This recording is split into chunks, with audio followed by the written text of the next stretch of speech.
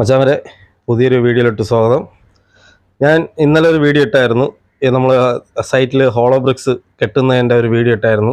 അപ്പോൾ ഞാൻ പറഞ്ഞായിരുന്നു നമ്മൾ ഇത് 425 സ്ക്വയർ ഫീറ്റാണ് ഉള്ളത്. അപ്പോൾ ഏകദേശം നമ്മൾ 2 ദിവസം കൊണ്ട് ഇത് മാക്സിമം തീർക്കാൻ പറ്റുമെങ്കിൽ തീർക്കണം എന്നുള്ള ഒരു ആഗ്രഹമായിരുന്നു. അപ്പം ഒരു വീട് വെക്കുന്ന ആളെന്ന് വെച്ചാൽ ലോൺ എടുത്ത് ചെയ്യുന്ന ഒരാളാണ്, നമ്മളെപ്പോലുള്ള ഒരു സാധാരണ ആയിട്ടുള്ള ഒരാളാണ്. അപ്പം ഇന്ന് രാവിലെ ക്ലയൻറ്റ് വന്നപ്പോൾ ഞങ്ങൾ പറഞ്ഞായിരുന്നു മാക്സിമം ഇന്ന് നമ്മൾ തീർക്കാൻ നോക്കും എന്നൊരു ഉറപ്പ് കൊടുത്തിട്ടുണ്ടായിരുന്നു. അപ്പോൾ ഇന്ന് ഒരു ലോഡ് ഹോളോ ബ്രിക്സും കൂടി വന്നിട്ടുണ്ട്, ഒരു 250 ഹോളോ ബ്രിക്സും കൂടി വന്നു. അതുകൊണ്ടാണ് നമ്മൾ ഇന്ന് ആളെ കൂടുതൽ നിർത്തിയത്. 5 പേരാണ് ഇന്ന് ഹെൽപ്പർ ഉള്ളത്. അപ്പോൾ 2 പേര് മേളിലും 3 പേര് ഹോളോ ബ്രിക്സ് ചുമക്കാനുമാണ്, അല്ലെങ്കിൽ നമുക്ക് സാധനം കിട്ടില്ല. അപ്പോൾ അതുകൊണ്ട് ഞങ്ങളിന്ന് 5 ഹെൽപ്പറും 2 മേസ്ത്രിയാണ് വന്നത്. നല്ല ചൂട്, കാരണം ഇപ്പോൾ 2 ദിവസം കൊണ്ട് നല്ല കാലാവസ്ഥ, നല്ല ചൂടാണ്, പൊള്ളുന്ന വെയിലാണ്. അതുകൊണ്ട് രാവിലെ 8 മണിക്ക് തന്നെ നമ്മൾ വർക്ക് സ്റ്റാർട്ട് ചെയ്തു.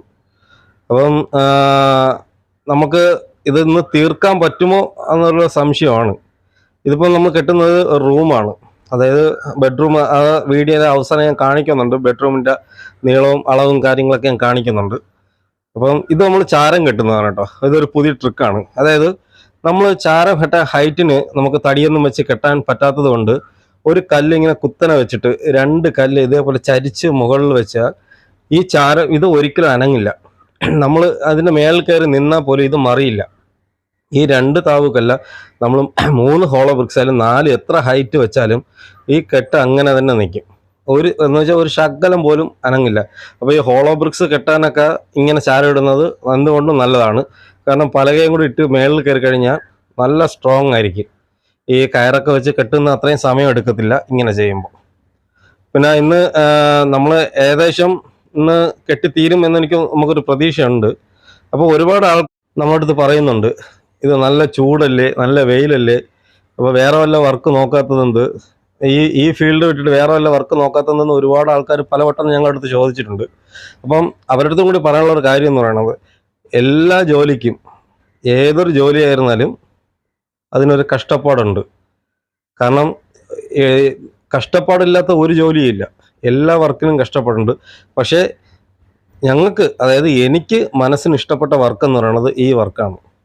കാരണം ഈ വർക്ക് എന്ന് വെച്ചാൽ നമ്മുടെ കയ്യിലൊരു തൂക്കട്ടെ ഒരു കരണ്ടിയും ഉണ്ടെങ്കിൽ നമുക്ക് ഏത് നാട്ടിൽ പോയാലും ജോലി ചെയ്യാം, എവിടെ പോയാലും ജോലി ചെയ്യാം, ആരും മാറി നിൽക്കാൻ പറ്റത്തില്ല. ജോലി അറിയാവുന്നവരാണെങ്കിൽ ഏത് നാട്ടിൽ പോയാലും നമുക്ക് ജോലി ചെയ്യാൻ പറ്റിയ ഒരു ഫീൽഡാണ് കൺസ്ട്രക്ഷൻ വർക്ക്.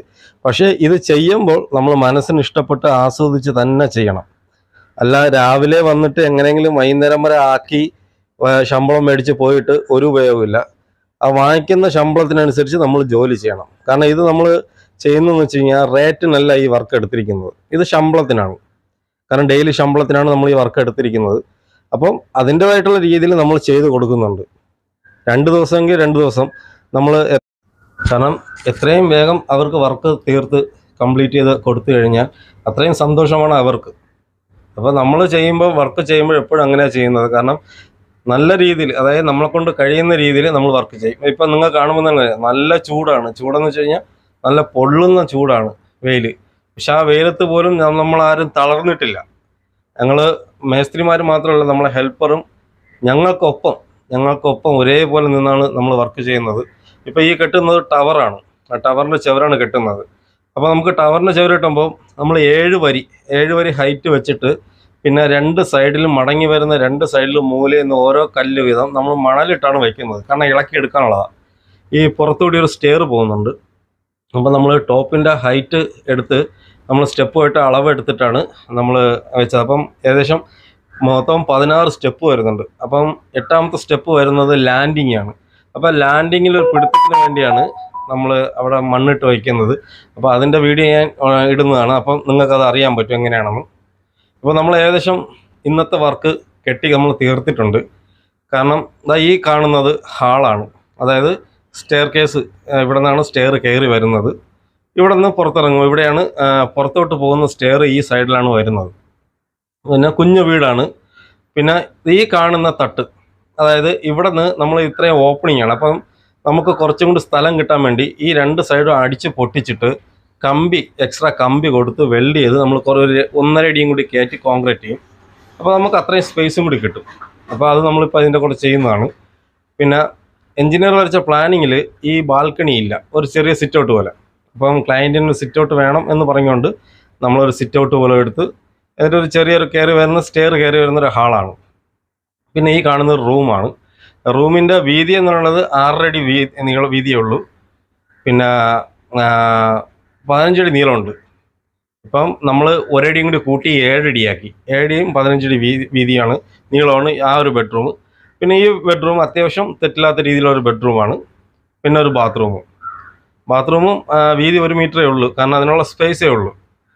പിന്നെ ഇപ്പം നമ്മൾ ആ വർക്ക് കംപ്ലീറ്റും നമ്മൾ തീർത്തിട്ടുണ്ട്. 2 ദിവസം കൊണ്ട് ഞങ്ങൾ കെട്ടി കംപ്ലീറ്റും കഴിഞ്ഞിട്ടുണ്ട്. ഇനി ലിൻഡിലടിക്കാനാണ് ജോലി. അപ്പോൾ അതിൻ്റെ വീഡിയോ ഇടുന്നതായിരിക്കും.